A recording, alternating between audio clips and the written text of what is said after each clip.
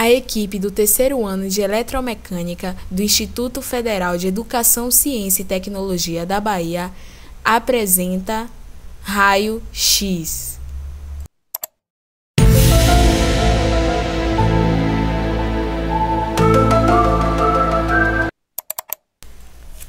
Em 8 de novembro de 1895, trabalhando em seu laboratório na Alemanha, Wilhelm Conrad Röntgen observou uma nova forma de radiação. Estava pesquisando o tubo de raios catódicos. Eu não entendi o que ele falou. É um tipo de vidro dentro do qual um condutor metálico aquecido emite elétrons, então chamado raios catódicos, em direção a outro condutor. Quando algo muito estranho aconteceu. Perto do tubo, uma placa de um material fluorescente chamado de platinocianeto de bário brilhou. Ele desligou o tubo e o brilho sumiu. Ligou novamente e lá estava ele. Ele não entendeu o que era aquilo. Enfurnou-se em seu laboratório. No dia 22 de dezembro, fez a radiação atravessar por 15 minutos a mão da mulher Berta, atingindo do outro lado com uma chapa fotográfica. Revelada a chapa, viam-se nela a sombra dos ossos de Berta, na primeira radiografia da história. Ele o chamou de raio-x, por suas propriedades físicas desconhecidas. Mas, então fez uma descoberta sensacional. Os raios são eletromagnéticos, como luz ou ondas de rádio. Eles também podem se refletir ou quebrar. Eles se diferem dos raios de luz por possuírem alta energia, fazendo com que penetrem em material sólido. Sua descoberta foi tão fascinante que, por exemplo, equipamentos de raio-x em sapatarias foram instalados para que os clientes pudessem examinar seus pés dentro dos sapatos.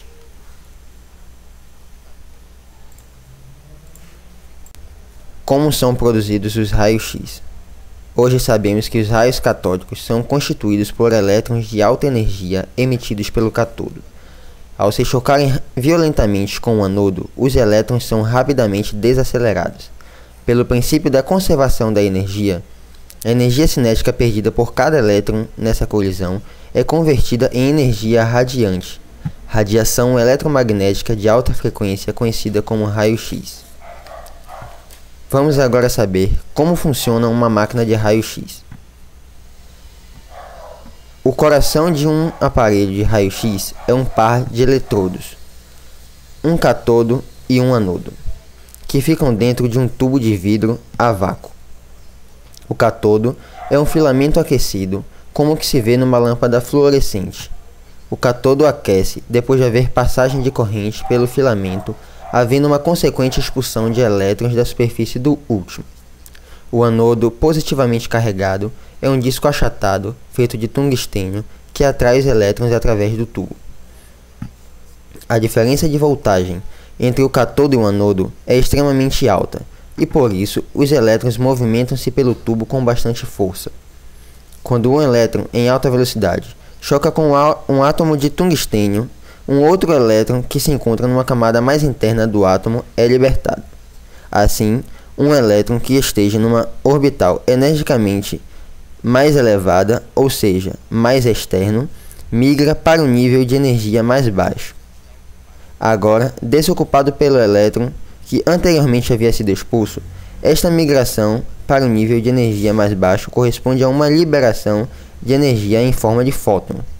Assim, um fóton de raio-x é a energia libertada durante um choque de elétrons.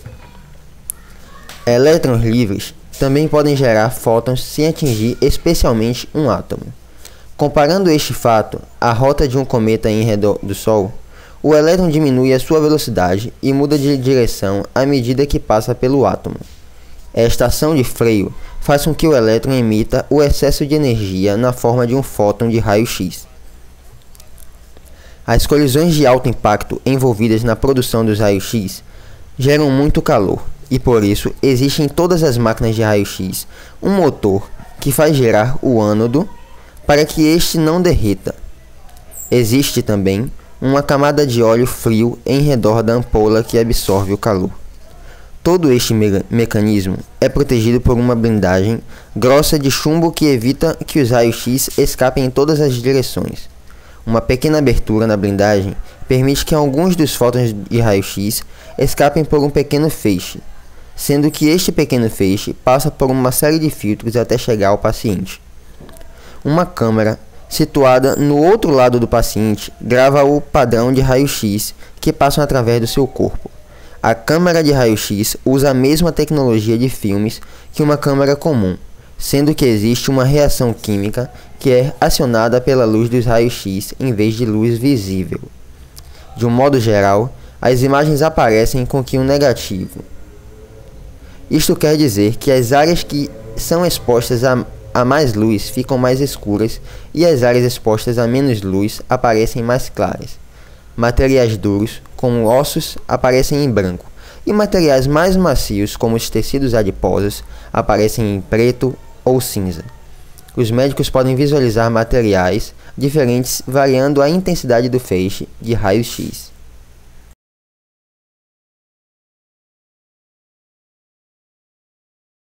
Para que servem os raios-x?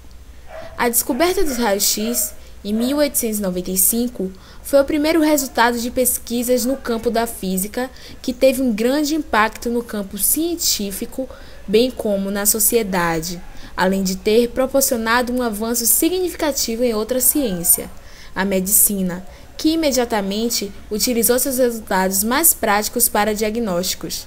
No entanto, a utilização indiscriminada dos exames radiológicos e mesmo experiências realizadas para saciar a curiosidade que a novidade despertou, desconhecendo as consequências biológicas da exposição sistemática a esse tipo de radiação, levaram a alguns danos na saúde das pessoas envolvidas. Apesar da utilização médica do raio-x ser a mais comum na vida do cidadão, existem outras utilizações de importância relevantes: verificação de soldas, caracterização de redes cristalinas, além de aplicações no campos da astrofísica e da astronomia. Devido ao seu poder penetrante, que depende das substâncias onde incidem, são utilizados para examinar, por exemplo, ossos e dentes. Os funcionários da segurança dos aeroportos usam os raios-x para examinar as bagagens dos passageiros. Os objetos metálicos são mais opacos aos raios-x, sendo por isso vistos por contraste, o que causa hoje uma grande polêmica que vem sendo discutida. O passageiro entra em uma saleta onde recebe ondas eletromagnéticas com níveis de radiação considerados seguros. Em uma tela de computador, a imagem tridimensional mostra o corpo da pessoa. Os funcionários do aeroporto disseram que tudo fica no anonimato e as imagens são destruídas após a checagem. O equipamento é sensível a implante de silicone e outros tipos de próteses. Muitas pessoas reclamam porque as partes genitais também ficam expostas e, apesar de vestidas, ficam peladas.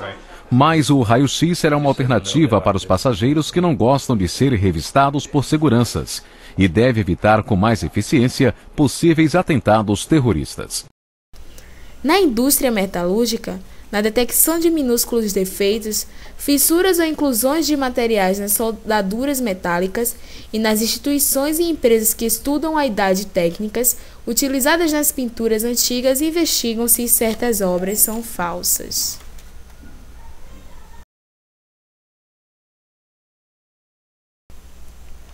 Em 8 de novembro de 1895, trabalhando em seu laboratório na Alemanha, Rio Cornel de Roentgen observou... Eu não entendi o que ele falou. Você estragou o vídeo, velho. Você não sei o nome do homem. Rio Cornel. Bota aquela mulher pra pronunciar aí na hora. Em 8 de novembro de 1895, trabalhando em seu território na Alemanha, Wilhelm Conrad Roentgen observou uma nova forma de radiação. Estava pesquisando o tubo de raios catódicos. Que é isso? Não é pra você. Que é isso, não. A gente não vai acabar hoje, velho. Não é falei o que?